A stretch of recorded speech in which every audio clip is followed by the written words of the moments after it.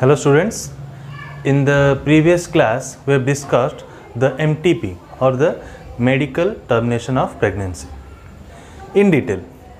In that we have discussed the two types of MTP, that are one is your spontaneous, other one is your therapeutic. Next we have discussed the terminal method, okay, or the permanent method of the contraceptive measures. Under the terminal method we have discussed in detail about the vasectomy and also the tubectomy. Vasectomy means in the case of the male and tubectomy means in the case of the female.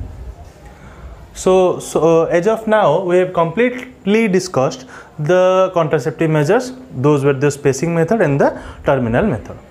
Today we will discuss our new topic, that is your amniocentesis. So what is generally amniocentesis? Amniocentesis is a technique, okay, which is in which a small amount, around 15 milligram of the amniotic fluid is being taken out from the amniotic cavity and it is analyzed to check whether there is some genetic disorder or not. Okay, so that technique is known as the amniocentesis. Okay, next. So now we'll write our first point. Amniocentesis is also known as your amniotic fluid test or AFT. Okay,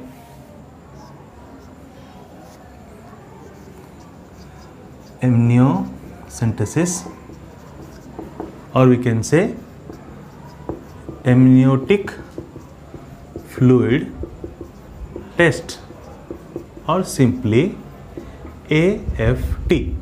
Okay, amniocentesis, as I have said earlier, we can say it is a medical procedure. Simply it is a medical procedure in which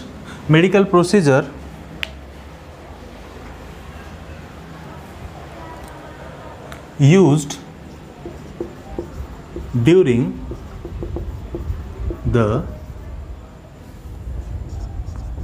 prenatal period. Once I will write down, then I will tell you about that in detail. Used during the prenatal period for the diagnosis of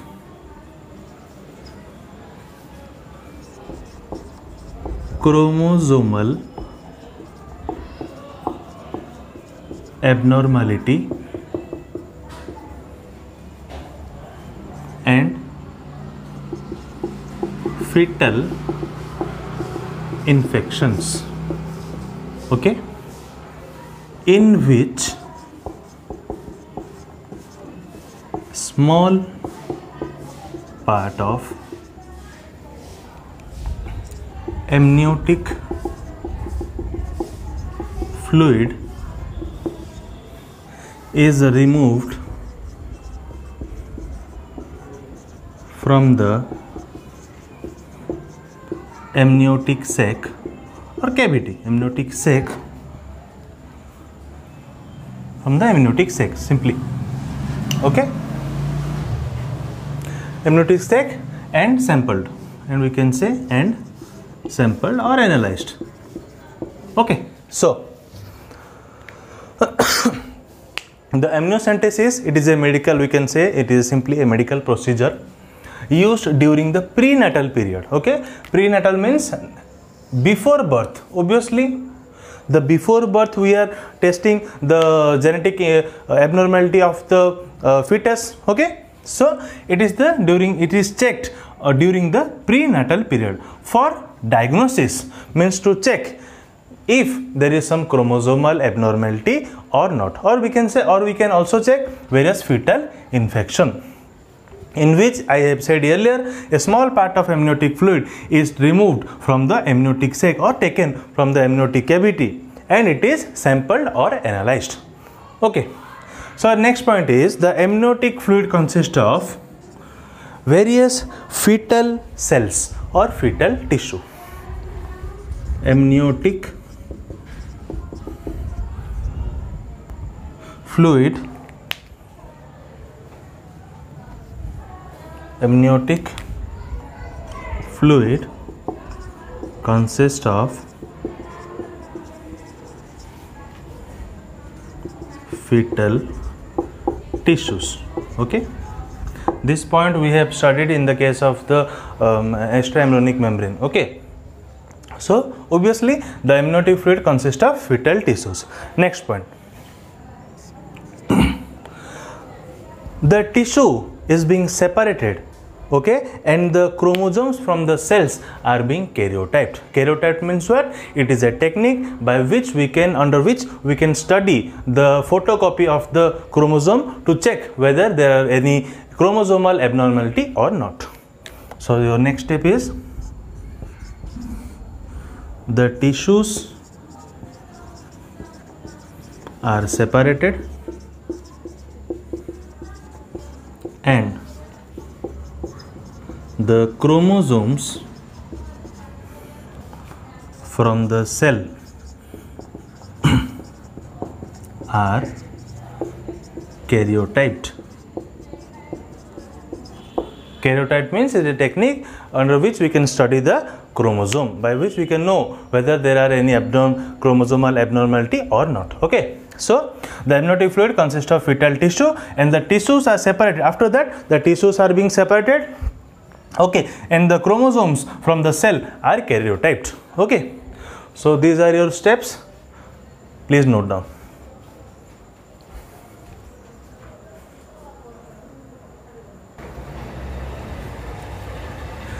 Now we will discuss some more points of the amniocentesis. First point, the DNA is isolated from the cells and it is purified. Obviously, from the cells, the DNA will be extracted by purifying the cells, such as there are some organelles are also present. So from the cell, the DNA is being extracted and it is by the purification method, and it is then analyzed for the genetic abnormality. So for the analyzation of the genetic abnormality, it is important that the DNA should be isolated from the cell and purified. Okay, the amniocentesis was first introduced by an American obstetrician known as scientist Fritz Friedrich Fuchs and the Danish. Okay, and the American obstetrician means they are the specialists in case of the pregnancy or the delivery of the baby. And also gastroenterologist means related with the digestive system. Scientist name is your Paul Rills in the year 1956. They introduced for which reason? For the fetal sex determination. Okay, it was first introduced by American obstetrician Fritz Friedrich Fuchs and the Danish, and the gastroenterologist, the name of the scientist is Paul Rills in the year 1956.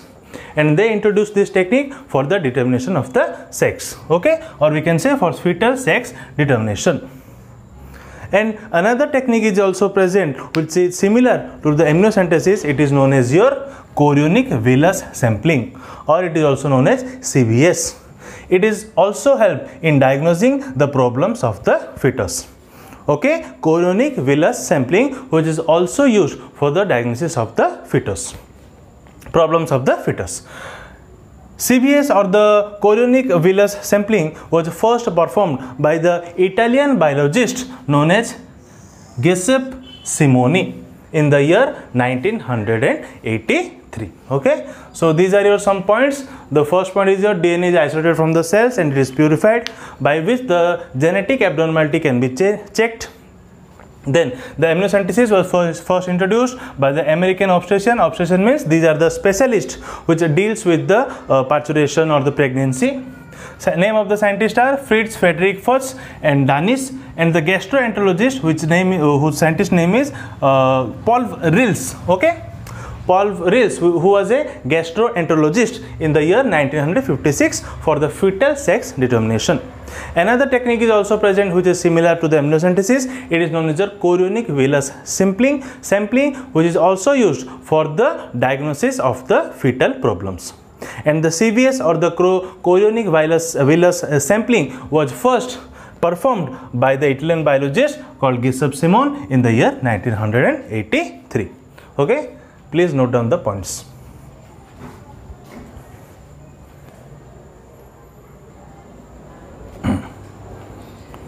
Now we'll discuss why the amniocentesis is being performed.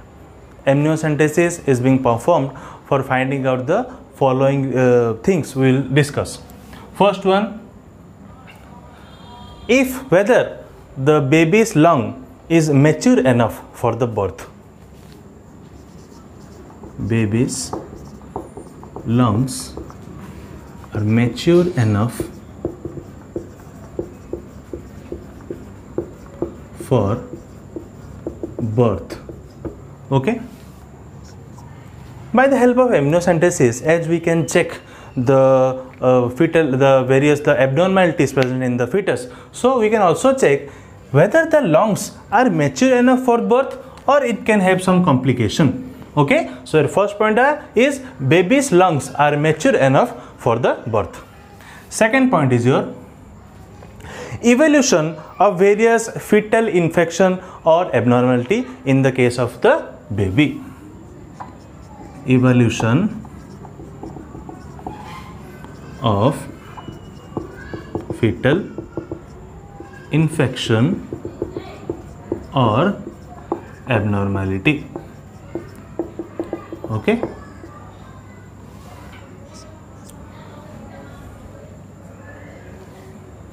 Third point.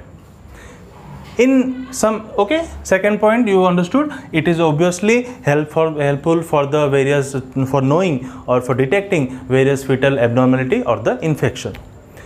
Third point, in rare cases, it is used for decreasing the amount of amniotic fluid.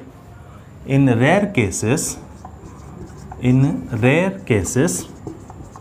it is used for decreasing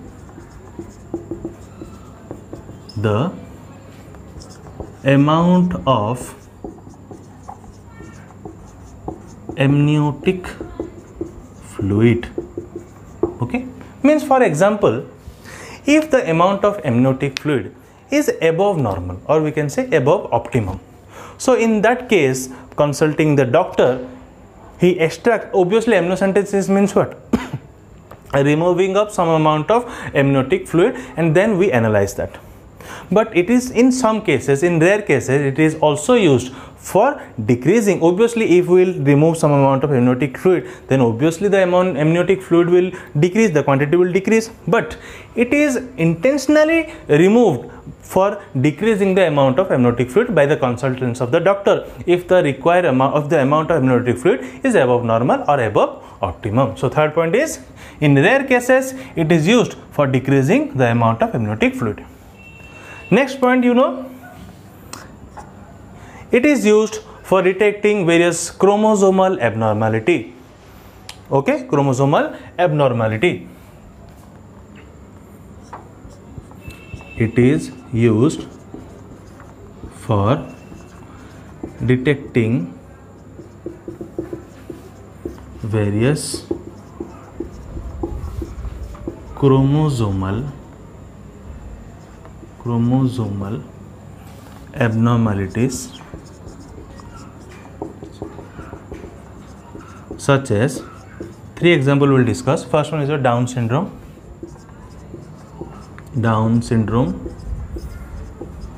which is your trisomy 21. First I will write, then I will tell you. Then is your Edwards syndrome, which is your trisomy 18. And is your Turner syndrome,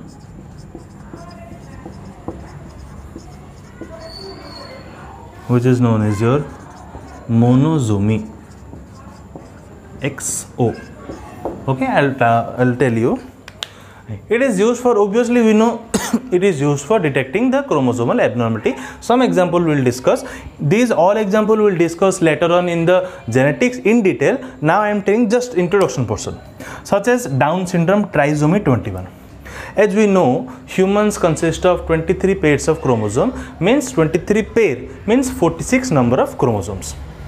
If Chromosome number 20 means we understood that pair manner is present. Okay, 1 to up to 23 pair of chromosome, means 22 autosomes are there.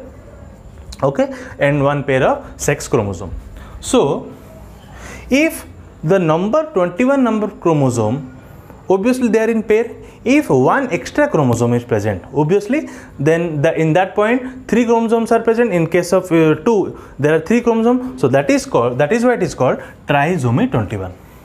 And in case of Edwards syndrome, it is trisomy 18, means the chromosome 18 is not in the pair, it is present in case of 2 it is present 3 numbers of chromosome, so it is called Edwards syndrome. And last one is a Turner syndrome.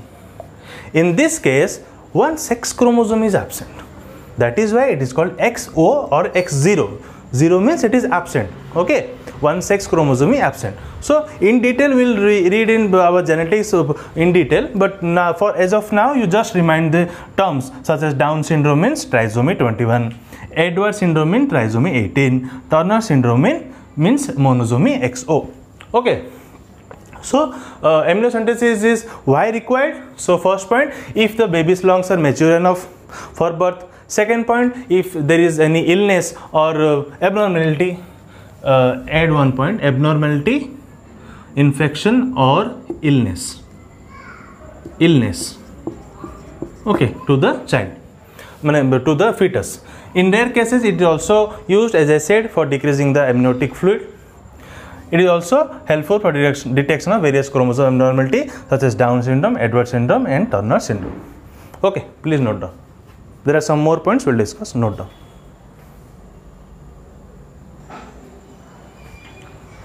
We will discuss some more points why the amniocentesis is required. The fifth point is, it helps for the determination of the sex of the fetus. It helps in the determination of sex of the fetus. Okay, obviously we know the first scientists who introduced this were also introduced for knowing the sex of the fetus. So one of the main reason why the amniocentesis is performed is to determine the sex of the fetus. But this technique is being misused to kill the normal female fetus. But we'll start from but. This technique is being misused. Okay, is being misused to kill the normal female fetus. Okay, means some family, such a mean-minded family, they kill the female fetus only because the fetus is the sex of the fetus is your female, or it is female. Okay, so it is being misused as there is no complication due to the child, or there might be no complication to the mother, only the fetus is female. That's why they kill the fetus child, or they kill the fetus or the female fetus by knowing illegally knowing the sex of the fetus by the process of amniocentesis. So this technique is being misused to kill the normal female fetus. So it is legally banned. Okay, it is legally banned to avoid the female feticides. It is legally banned to avoid female feticides. Okay, means the killing of the female fetus by the government of India. Okay. Last point, why the amniocentesis is required. It also helps in detection of various metabolic disorder, if any. It also helps in detecting, or it helps in detection of various metabolic disorder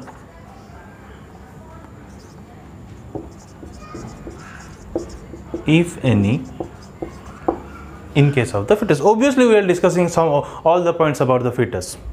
So first point is metabolic disorder means if the lungs is properly functioning or not in case of the fetus, if the kidney is properly functioning or not. So everything it is detected by the help of the amniocentesis. Okay, first point, it helps in the determination of the sex of the fetus.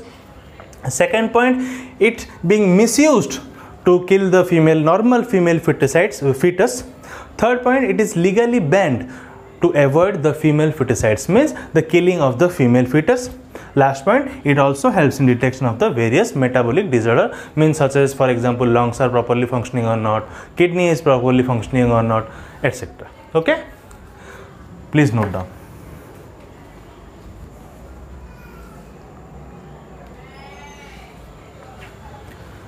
Now we'll discuss various types of amniocentesis. Okay, there are two types of amniocentesis to determine various fetal abnormality. There are two types. Okay, one is your genetic amniocentesis, other one is your maturity amniocentesis. Okay, first we'll discuss the genetic.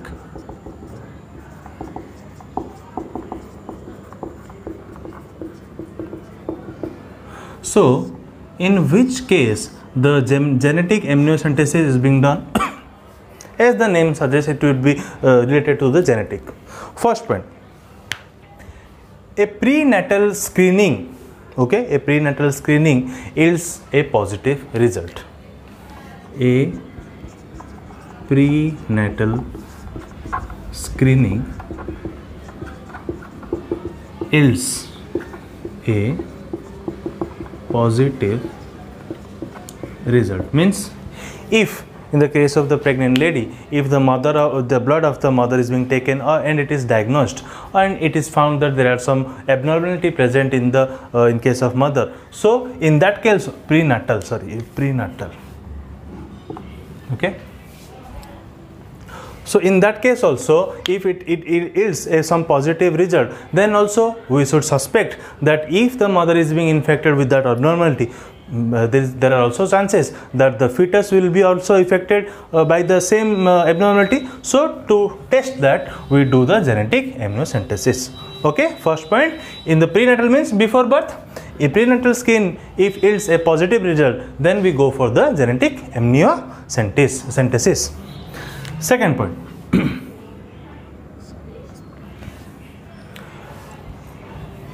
if there is some chromosomal abnormality in the case of previous pregnancy. Okay, if there was chromosomal abnormality in case of previous pregnancy. Okay, if in the previous pregnancy, if the child bears some abnormality, then in that case, or chromosomal abnormality, so in that case also, if the lady is another time pregnant, so in that case she can go for the genetic amniocentesis to check whether the present fetus is having any genetic abnormality or not.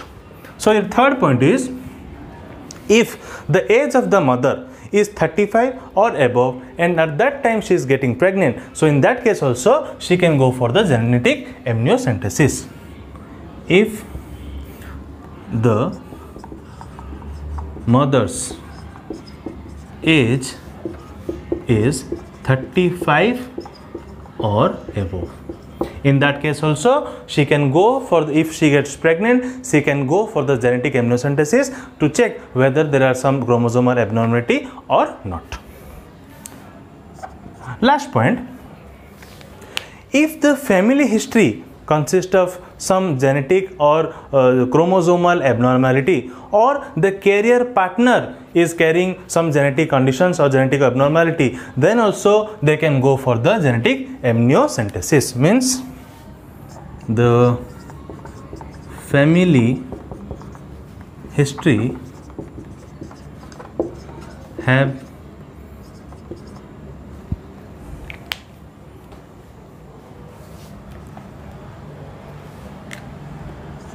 chromosomal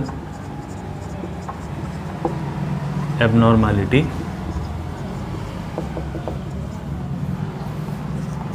or the carrier partner having genetic condition, means if the partner is a carrier of a genetic abnormality, or we can say the family history have a history of the particular chromosomal abnormality. So in that case also we can go for the genetic amniocentesis. Okay, so 4 point. First, if a prenatal screening which screening test you can write here, a prenatal screening test which yields a positive result, means if something problem is or abnormality is present in case of mother, so she can also check so that the fetus have the same problem or not. Next, there was a if in the case of the previous pregnancy there is some chromosomal abnormality, in that case also you can go for genetic amniocentesis.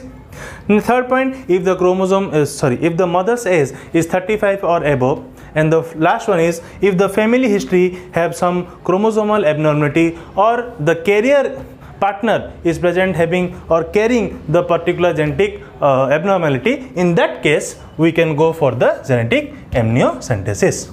Okay, please note down, then we will discuss the maturity amniocentesis. Please note down.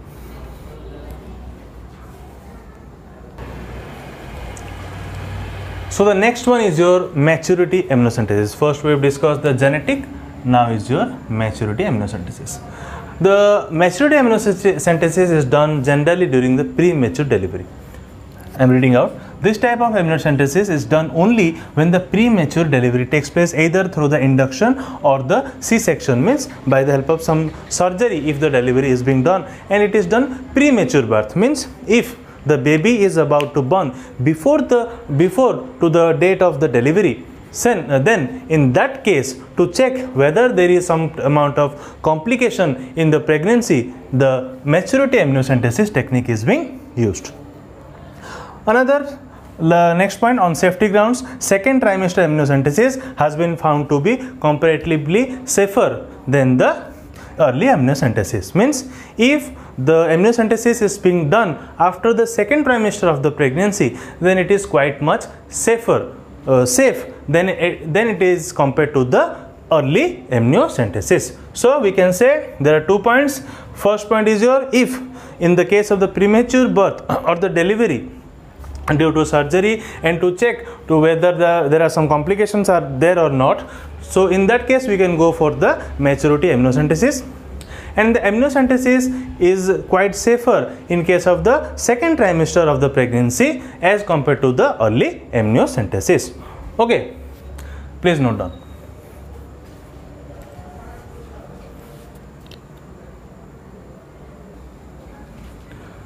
So as for now we have discussed in detail the amniocentesis. Now we will discuss our new topic, that is your infertility. So what is infertility? Infertility is the inability to produce child for a couple in spite of unprotected coitus or sexual intercourse. We can say first point, infertility is the inability to produce a child for a couple in spite of unprotected coitus, or coitus means the sexual intercourse, means obviously unprotected coitus means there are no barrier, there are no precaution, there are no protection. while during the sexual intercourse.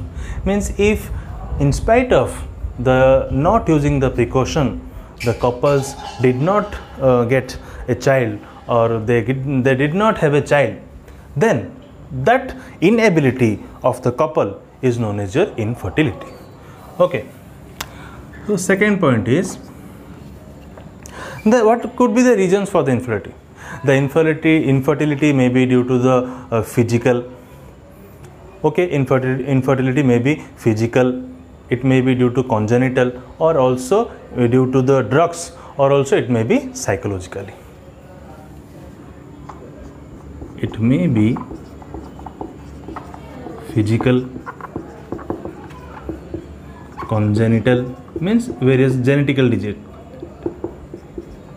disorder, or it may be due to the taking of various drugs, or it may also some psychological disorder.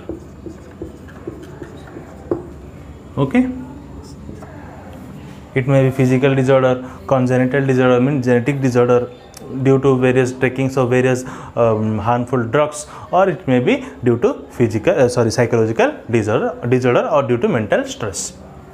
Third point, in India, if a couple is childless, then basically the female or the mother is being blamed for the infertility.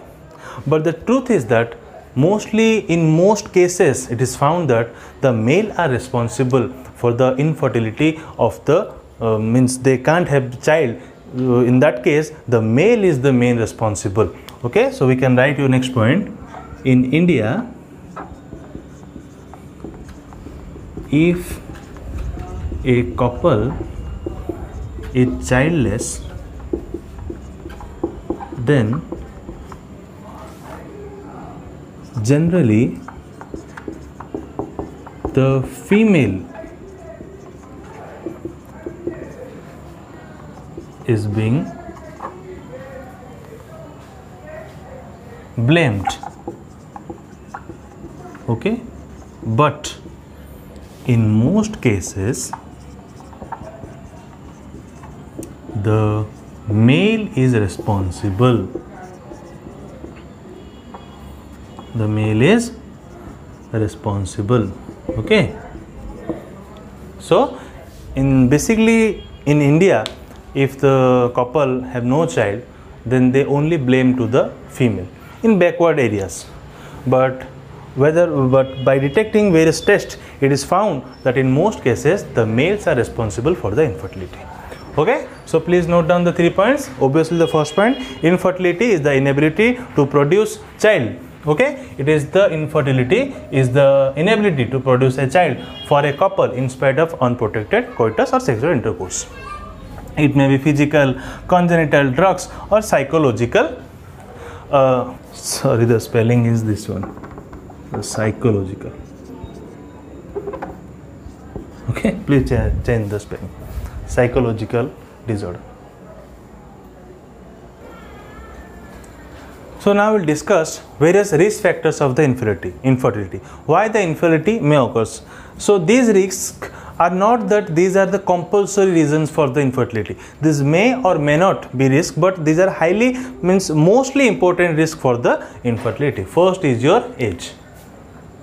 Okay, in case of the female, if the female is above 32, or in case of the male, if the age is above 50, then it may also lead to the infertility. Means if in case of male, if the age is above 40, then the amount of sperm formation greatly reduce. Okay, in case of the female also, the egg formation, the capacity also slowly, means the quality of the egg is also decreased. So the age factor is the main risk. If in case of female, if the age is above 32 or 35, or in case of male, if the age is above 50, then the age factor is the main factor for the infertility. Second is if the male or the female partners are repeatedly smoking, or we can say they are the chain smoker, or they are continuously consume the alcohol, or we can say they are the alcoholic, means in that case also these are the main reasons of the infertility. Next is your obese or overweight. If the body weight is above normal, then in that case also, as they become more dormant, they become very inactive. In that case also, they may lead to the infertility. Next is your eating disorder. If due to various eating disorder, if the weight is underweight, okay, if the female is underweight, means it is the weight of the female is below the normal weight, then that can too lead to the infertility. Next is your infertility. Next is your being vegetarian. It is not wrong to be being vegetarian, but in some cases it is seen, in case of vegetarian, the zinc, the vitamin B12 is not available in sufficient in case of the vegetarian. So in that case also it leads to the infertility. Next is your over exercise. If the exercise one does for the in morning also, in evening also, in night also, if he does over exercise, then also it leads to the infertility. Next is your sedentary lifestyle. Sedentary means stationary. If a person does not do anything, or he or she sit always, basically some work he does, such as the shopkeeper, they only sit on the counter, or they do anything or any job that is only, they're always in dormant state, or we can say they're always in sedentary state, means stationary, they don't active always. So in that case also, they are the main reasons for the risk factors of the infertility. Next is your sexually transmitted infection. If some become due to some various reasons, in case of male, if the scrotum gets infected, or in case of the female, the reproductive tract or the fallopian tube gets infected, so that also may lead to the infertility. Next is your exposure to some chemicals. If the female is taking some amount of the heroin or cocaine or marijuana, like some drugs, or we can say the male case, they are also taking some drugs, or we can say the males which work in various company, they expose to various harmful chemicals, so in that case also they lead to the infertility. Next is your finally the mental stress. If the couple, in case of male or female, they both leads to various mental disorder, or they have various stress always in due to the various work, then that may also lead to the infertility. So there are various reasons which may lead to the infertility: age, smoking, alcohol consumption, obese or overweight, eating disorder, being vegetarian, over exercise, sedentary lifestyle, sexual transmitted infection, exposure to some chemicals, and last one is psychologically or mental stress. So these all risks may lead to the infertility. It is not compulsory that it will lead to the infertility. It may lead to the infertility. Okay? Please note down the points.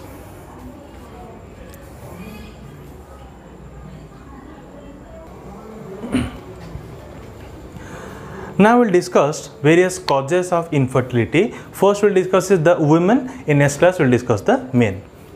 So there are three causes of basically of the infertility in women. First one is your ovulation disorder, means if there is some disorder related to the ovulation. Next is your problems of uterus, means if any problems regarding the uterus. Last one is the medication, means for long time if anyone or the lady is taking some medicines, then that can too lead to the infertility. So first we'll discuss the ovulation disorder. First is your premature ovarian failure. The ovaries stop functioning properly before 40 years of age. If in some case of lady or the female, before 40 years, if the ovary becomes functions properly, means if the ovaries are not functioning properly, such as the maturing of the Graafian follicle or the ovarian follicle, so in that case also it lead to the infertility, means the ovaries are not functioning properly. Okay. Second is your PCOS or polycystic ovarian syndrome, means if some amount of cyst is being formed in the ovary, then the ovary function abnormally. Okay. Cyst means some sac like structure which is filled with the fluid. If some cysts are present in the ovary by which the ovary functions abnormally, so in that case also it may lead to the infertility in case of women. which is known as your PCOS, or polycystic means more amount of cysts are formed, polycystic ovarian syndrome. Okay. Next is your hyperprolactinemia, means if the prolactin level is high and the lady is not pregnant or she is not breastfeeding. See, if the prolactin level is high and the woman is not pregnant or breastfeeding. See, if the lady is pregnant or she is breastfeeding, at that time if the prolactin level is high, then it is normal. But if she is not normal, if she is not breastfeeding, and at that time the prolactin level is high, then this is a problem, and that may lead to the infertility in case of the woman. Last one is your poor egg quality. Okay, if the egg that are damaged or developed genetic abnormally cannot sustain a pregnancy, if the quality of the egg is not up to standard, up to the optimum, and the quality of the egg is not well enough, or we can say it is not standard, it is of poor quality, so that it cannot be fertilized by a sperm, then also it may lead to the infertility. So there are basically four reasons behind the ovulation disorder. First one is your premature ovarian follicle. Okay, means the ovary functions not function, or we can say stop the functioning properly. Next is your PCOS or polycystic ovarian syndrome, means the cysts are being formed by which the ovary functions abnormally.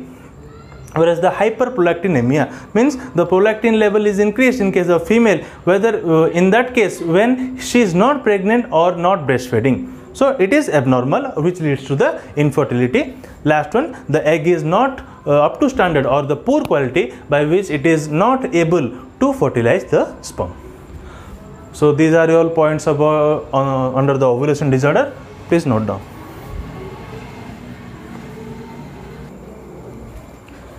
Next we will discuss our second cause, that is your problem in uterus or fallopian tube. First one is during surgery. Okay, if some pelvic surgery may sometimes occur in the case of the female, which may also lead to the damage of the fallopian tube. Okay, in some cases during the pelvic surgery, if some damage is being done in the fallopian tube, then obviously the site of the fertilization is the ampulla-anthemic junction in the fallopian tube. If the fallopian tube is being damaged, obviously it may lead to the infertility. Okay, next is your submucosal fibroids, means if there is formation of various benign or cancerous tumors found in the muscular wall of the uterus. Submuscular fibroids, benign or non-cancerous tumors are found in case of the muscular wall of uterus, means if there are some case of tumors are found, okay, or the non-cancerous, or or the non-cancerous tumors are found in the case of the uterus, this may also lead to the infertility.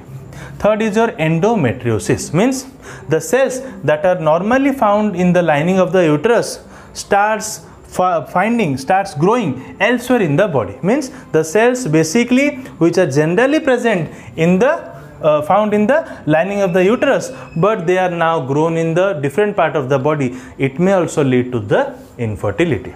Okay, last point, the previous sterilization treatment, or you can say tubectomy. Tubectomy means we know that the cut of the fallopian tube by which the passage of the ova is being prevented or blocked. But as you know, the tubectomy is a reversible process. By the help of the reversible surgery, it can be rejoined the fallopian tube, by which the passage of the ova can be made free. But in some cases, rare cases, it may also lead to the infertility. So there are 4 points. First one, due to surgery, it may lead damage to the fallopian tube. Second point, due to formation of various tumor, benign or non-cancerous tumor. Third point, endometriosis, means the cells that are normally present in the lining of your uterus, they are grown elsewhere in the body. And last one point, due to the sterilization technique, or we can say in case of female, obviously it is tubectomy. So these 4 reasons can lead to the problem in uterus or fallopian tube, which eventually lead to the infertility in case of the woman. Okay, please note down.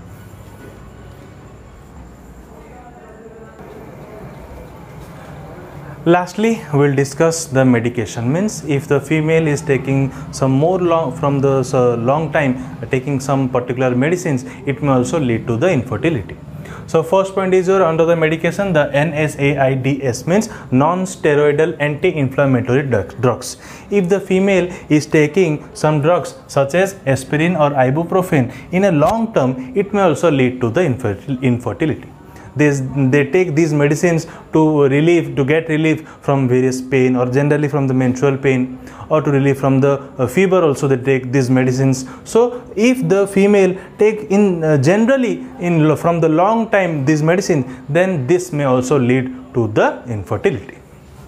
Next is your chemotherapy. Okay, some medications that are used during the chemotherapy are also can result to the ovarian failure. Okay, that strong medicines having strong compounds, chemical compounds which are used during the chemotherapy may also lead to the non-functional or the abnormality in the case of the ovary. Okay, or we can say ovarian failure. This may also lead to the infertility. Third one is your radiotherapy. If the radiation therapy is aimed near the woman's reproductive organ, then this may also lead to the high risk of the fertility problem in case of the female. Obviously, in the radiation, the high radiation are aimed to a particular area. So, if it is aimed near the reproductive organs of the female, then it may also lead to the high risk of the fertility problem in case of the woman, which may lead to the infertility. Last one is your taking of illegal drugs. Some women takes gender drugs such as marijuana, cocaine, heroin. Okay, some women who take marijuana, cocaine, heroin may have the fertility problems. So there are various the medication purpose also, purpose not, we can say the medication problems which may also lead to the infertility. First one is your NSAIDs, non-steroidal anti-inflammatory drugs which may lead to the infertility. Next also, the medication that are used in the chemotherapy may also lead to the ovarian failure. Next, the radiotherapy, if the radiation is being aimed to the basically to the organs nearly to the reproductive female organs, so it may also lead to the infertility. And last one, during taking the illegal drugs such as marijuana, cocaine, heroin, etc., which may for a very long time, which may also lead to the infertility. Okay, so that's all for today. We have discussed today the amniocentesis in detail. Also, we have discussed infertility in detail, and now we have discussed the infertility in case of women. So in the next class, we will discuss the infertility in case of men, and also we will discuss some more topics. So that's all for today. We will meet in our next class. Thank you.